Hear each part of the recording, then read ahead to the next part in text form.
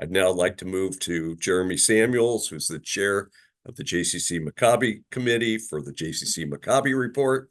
Jeremy, the show is yours. Thank you. You guys hear me? My cell phone work? All right, I'm gonna assume it does. Somebody will stop me if I don't. We had a great year of Maccabi. 2025 has been wonderful. It really is the crown jewel of our movement.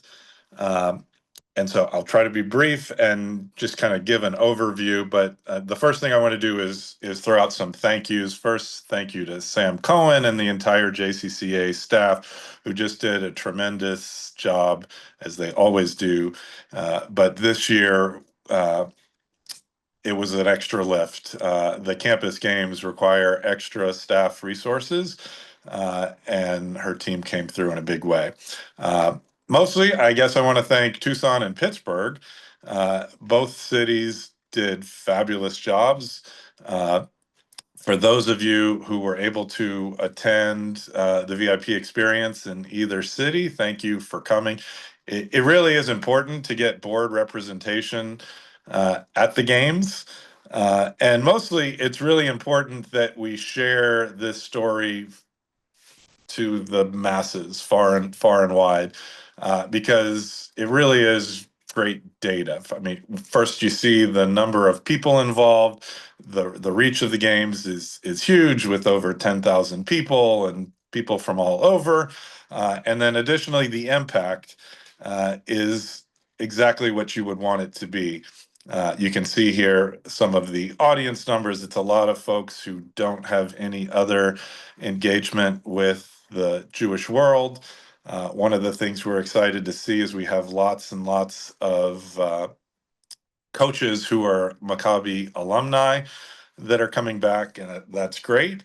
And the next slide is going to show you really kind of the core impact that is the story that we need to share with our network, because there are many people in the Jewish world who are looking for a program exactly like this, whether they be funders or just general supporters of the program. You see the 91% number there of folks who have an increase in their Jewish sense of pride. That 77% number of folks who were in Pittsburgh say that they are more likely to be engaged with Jewish life on campus, which is exactly the kind of partnership we were hoping when we did this. It's just really, really fabulous numbers. These are really, really impressive stats, if you would. So if you're when you're talking to folks about Maccabi, we need to share this information. This quote right here is great. You guys have all heard Sam tell her Maccabi story back in the day of walking into opening ceremonies. This quote is basically the same thing you hear Sam say all the time. It's Jewish peoplehood. When folks are walking in to an arena full of Jewish fans and Jewish athletes, it creates this sense of pride, which is critically important in this day when teens in particular are being inundated with anti-Semitic, anti-Israel stuff. To have a moment of such pure Jewish pride, I think, is really powerful for when they have these moments of folks who are telling them other information. So some of the highlights of the year.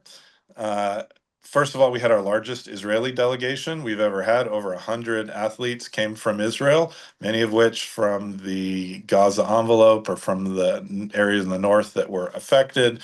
Also some sister city athletes. We had Ukraine participate again in both cities. When both Israel and Ukraine came in, it was a rousing standing ovation, really moving moment. It was our first year out of our pilot of the Access Games, which continued to be a rousing success. Tucson did a fabulous job running this Access program.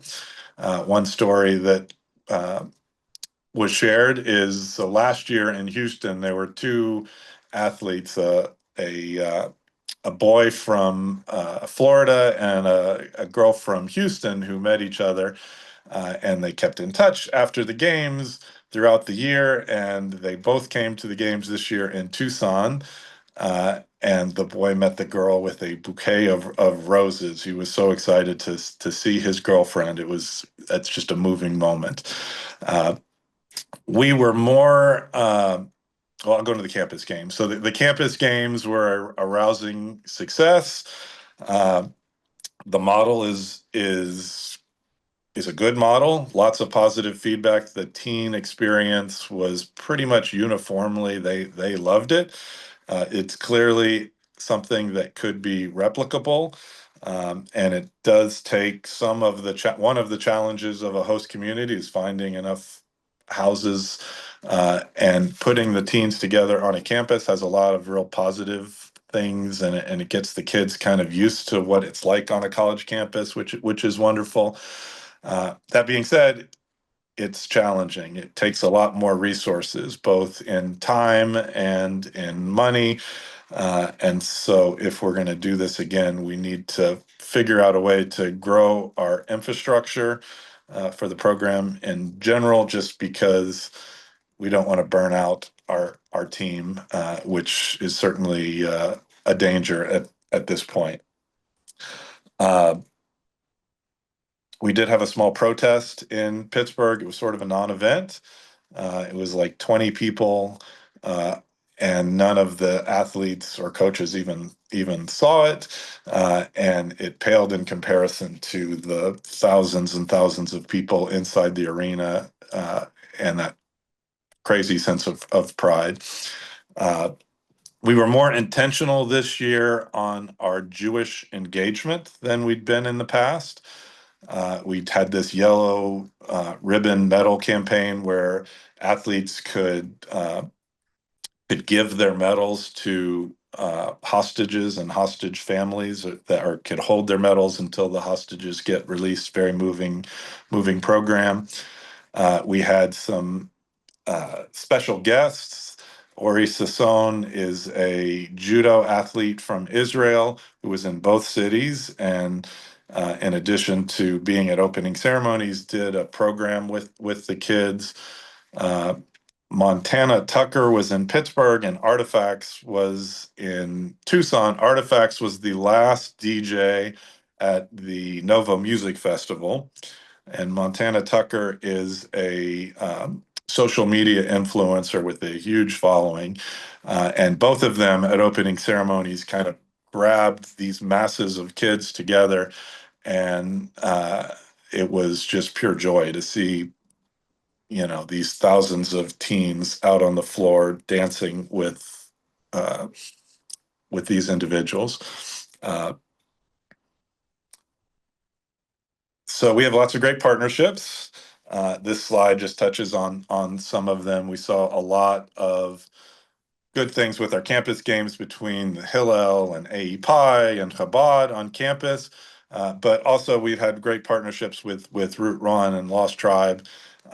And I think kind of the future of Maccabi is continuing to lean into these partnerships, because I think there's a lot of potential for great things. So what is next? Next year, we're excited that Kansas City and Toronto are hosting. It will be the same week, which adds a little bit of challenge, but both cities had delegations in full this year and taking wonderful notes, and I'm sure they're going to do a wonderful job. We need to do more fundraising, because while you heard the report that Maccabi is doing great in the fundraising department, a lot of our gifts expire. They only are good for this year, and so we need to keep re-engaging. And so let's make sure that if you have any contacts as it relates to the report that Ed just gave, as it relates to Maccabi, let us know. Maccabi would also be happy to help make people who want to support such a great program, to give them an opportunity to do so. In 2027, it is our hope that we will once again have 3 host communities. That's really kind of been the goal. Maccabi is a program that, while great, is oversubscribed every single year. We have more athletes who want to participate than we have spots for. And so hopefully 2027 will be the first year that we are back to 3. Hopefully also in 2027, we'll be back in Israel. So we're starting some conversations to see what the feasibility of doing that is. And then for those of you who are on the committee, we have a lot of work in front of us. Mostly, we need to figure out kind of our next strategic action plan. It's been 5 years since we did our last strategic action plan, believe it or not, right at the front side of COVID. And so we got to figure out kind of which direction we're going for the next few years. So that's my report.